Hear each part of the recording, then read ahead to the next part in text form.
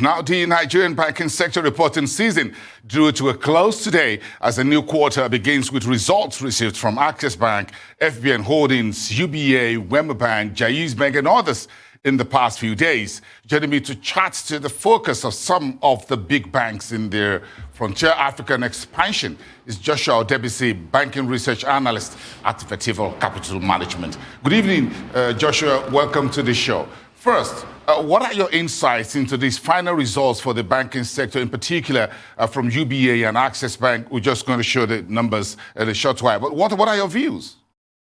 Well, I can say thank you very much for having me, Boasun.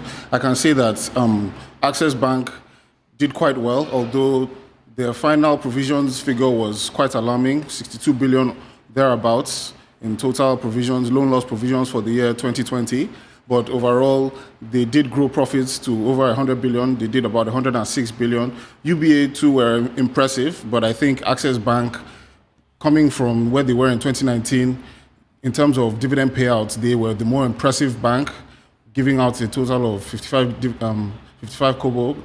I think UBA lowered their own dividend payout overall, and that was a little bit shocking, but they justified it as being part of their own strategy going forward. And I think we heard the chairman speak a little bit towards that and the fact that they're sort of pursuing expansion. And so I think maybe holding on to their retained earnings for a longer period is going to help them to expand their operations going forward. And that's part of their strategy. But overall, a very impressive performance from both banks, but I think Access Bank more so than UBA. Okay, so we heard from GT Bank management through a conference call a few days ago. Access Bank also been told, we heard about the Grow Bank South Africa being pursued. UBA seemed to be the leader in terms of the number of African countries. What's driving this quest for larger field of play for these big Nigerian lenders? Well, I can just put it down to diversification of earnings. GT Bank have already said that all their Pan-African businesses contributed about $85 million to their total earnings last year.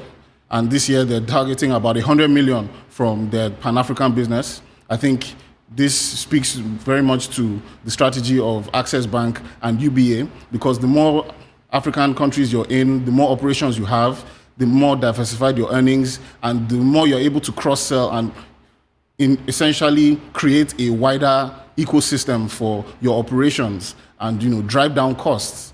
It's all about scale. Yes, for UBA, the numbers, Pan-Africa is about 55% of profit last year, while GT Bank is saying over the next 3 years, they're looking at 25 to 30%. That's playing catch up to the leader in that Pan-African expansion, which is UBA. Right, but like you said, UBA, they sort of had a head start. It's even in their name to some extent. So they've been pursuing this expansion for quite some time. And like you said, they're in the most countries of any of the Nigerian banks currently. But I think we can see that Access Bank are actively pursuing an aggressive strategy of expansion. We've heard of rumors about them acquiring a bank in South Africa. They've already had operations in East and Central Africa. These things are going to continue to make a difference in the overall bottom line of these banks as time goes on, especially as the Nigerian market sort of matures. There's a lot of competition in this market, but you also have to remember that this goes beyond just opening new branches in new countries. There are also new technologies that are being deployed. We know that GT Bank and Access Bank have some new fintech arms as well that they're going to unveil. And these things are going to also help to diversify their earnings. And if they're able to expand across Africa, then we can have an African marketplace. Do you think this will take Nigerian banking sector to a leading position across the continent? Absolutely. I think the only thing that is really holding us back in that regard is our currency, really.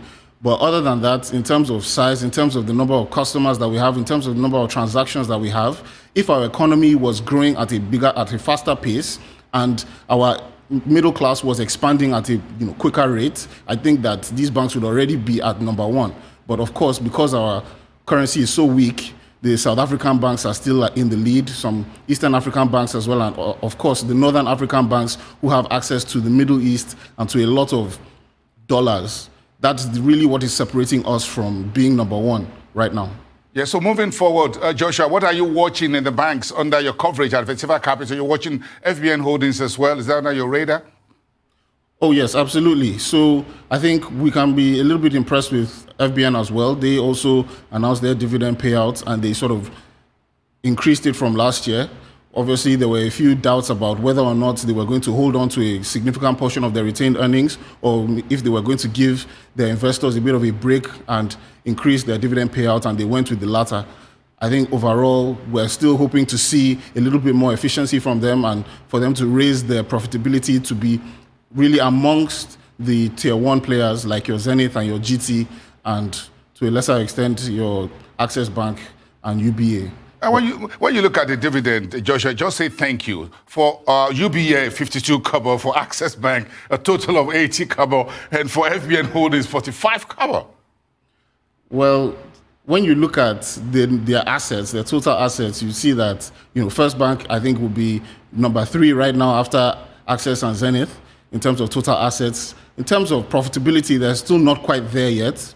But we know that they are capable of significantly more in terms of dividend payout. Obviously, their MPLs are sort of holding them back, so they're relying a lot on their other subsidiaries to really provide those dividend payouts to investors. But I think as time goes on, if they're able to work on their MPLs, we should see, even more juicy dividend payouts, and that's really what investors are looking out for. I know what you folks are looking out for. Thank you for your time on the show tonight. Do have a great holiday weekend. Joshua Odebisi, banking analyst at Vetiva Capital.